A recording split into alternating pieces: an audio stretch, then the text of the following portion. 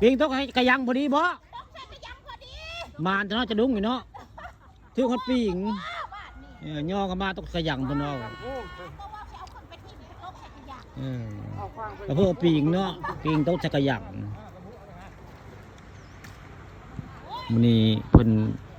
มาผ่าป่าเพิ่นเอาย่อขึ้นมาจะดุ้งปิงจะดุ้งตกจะกระยังเพิ่นว่าได้นี่แต่บังคับแต่บังคับปิงตกจะกระยังเพิ่นเนี่ยโอ้คนเสียปิงจะกระยังเนี่ยมาแท้ๆปิงกระยังเพิ่นก็ได้ถือคนปิงมาปิงกระยังมาปิงทั้งป่าพร้อมเนาะผู้ทั้งป่าทั้งปิงอยู่ตรงกันเนาะออกได้บาทนี่ นี่คือภาพป่างานพระเจ้าภาพป่า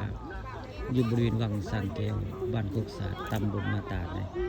ตอนเช้ามื้อนี้พระข้าปัตตคำปลาส้มมาครับพระเจ้างานผ้าป่าวังสังแก้วบ้านโคกสาดตำบลนาตาเลยนี่พระข้าปัตตคำปลาส้มพามาส้มพระเจ้าผ้าปูผ้าป่าอยู่บริเวณวังสังแก้วบ้านโคกสาดตำบลนาตาลอำเภอเต่างอยได้มือตะเวนกำลังขึ้นนะผู้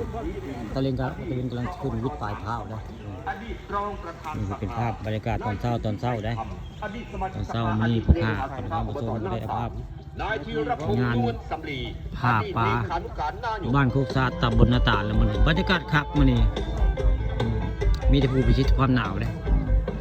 ผู้พิชิตความหนาวผ้าป่านี่คนก็เริ่มมาได้คนเริ่มหลักมาแล้วไอ้นี่ผ้าป่า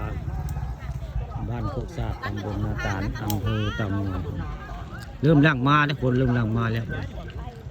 ผ้าป่ามันนี่บริเสียเงินเล็กน้อยบริเสียจักบาทนี่ผ้าพี่งานผ้าป่าบ้านโคกสาดนี่ผ้าพี่เลยบริเสียเงินเสียคำเจ้านี่ปิง